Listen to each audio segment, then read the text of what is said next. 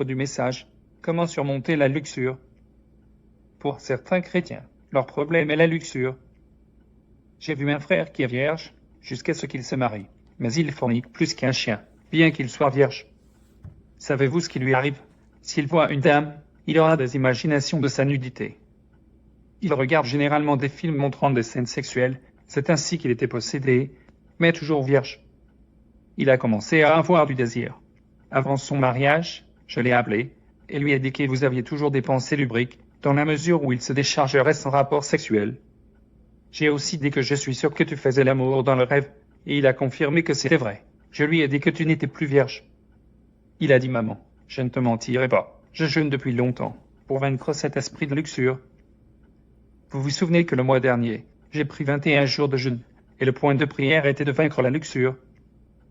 J'ai répondu, et j'ai dit ma chère, laissez-moi vous dire ceci, si vous aimez commencer à jeûner pendant 200 ans, cela n'arrêtera pas de se manifester à moins que vous ne le fassiez.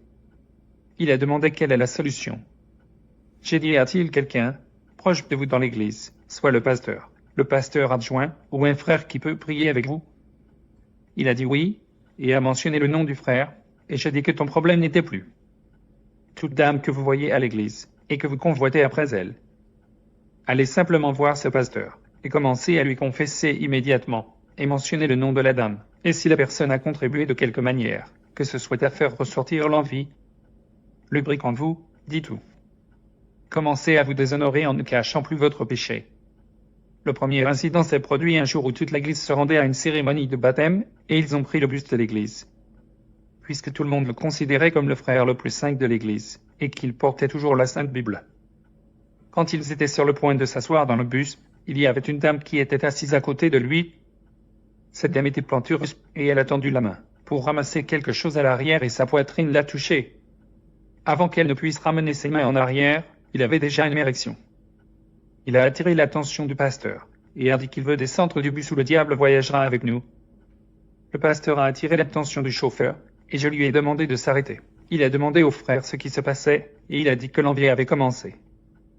Les dames assises à côté de lui, son sein l'a touché, et il a dit qu'il voulait descendre du bus. C'est ainsi que le pasteur est descendu avec lui du bus, et que le pasteur a commencé à prier avec lui en lui tenant les mains à l'arrêt de bus. Dieu a pris le contrôle, et il a demandé au chauffeur de bus de partir sans eux. Mon cher, nous ne devrions pas appeler ce frère un chien, car tout le monde a quelque chose avec lequel il lutte. C'est ainsi que ce frère a commencé à s'agresser en confessant ses péchés. Il est bon que nous commencions à nous agresser, avant que le diable ne le fasse. Dieu merci. Aujourd'hui, si vous étiez nu devant ce frère, cela ne signifierait rien pour lui. Il a lutté pendant tant d'années, mais maintenant qu'il est marié, il est paisible. Si ce frère avait pensé à me laisser partir et à me marier pour résoudre le problème de la luxure, cela ne résoudra pas le problème, au contraire, il tombera dans l'adultère après le mariage, car son problème n'est pas une femme. Mais son problème était toutes les femmes. Et si vous avez un tel problème, et que vous commencez à prier seul, cela ne fonctionne pas. Vous deviez le confiner, ou le dire à quelqu'un. C'est pourquoi je vous dis que si vous avez l'un de ces problèmes, vous devez avoir quelqu'un à qui le dire. Permettez-moi de vous avertir que vous disiez à quelqu'un, soyez prêt à être déçu. Considérez cette personne seule comme un grand marché, afin que le jour où vous l'entendiez d'une autre personne, vous ne devriez pas avoir envie de mourir. S'il vous plaît, ne mourrez pas parce que beaucoup d'autres péchés attendent encore d'être confessés. Le jour même où vous le dites à un pasteur que vous pensez gentil, c'est un mensonge, car votre problème sera entendu lors d'une émission. Je suis tellement désolé d'avoir pris votre temps, mais le temps que l'ennemi perd ne peut être récupéré que par la grâce de Dieu.